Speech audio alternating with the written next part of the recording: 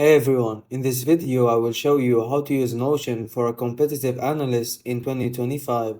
Start by grabbing a competitive analyst template in Notion. Most templates already have a structured sections like competitor profiles, product features, pricing, strength, weaknesses, and market positioning. This gives you a ready-made framework to begin your research without building everything from scratch.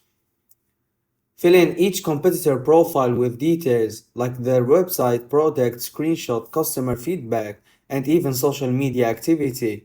You can link directly to source embedded media or attach files so all your competitive intelligence stay in one organized hub. Next, use Notion database to make the data more actionable. For example, create a table view or raw inputs, a board view to categorize, calendar view if you are tracking product launches. This way you can quickly switch perspective depending on what you need.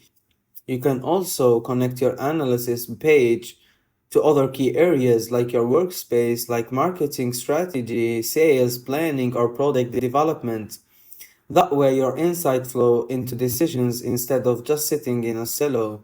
Finally, keep the template updated by scheduling quick reviews. Competitors move fast, and Notion makes it easy to refresh your data without losing structure. And that's it. Thanks everyone for watching.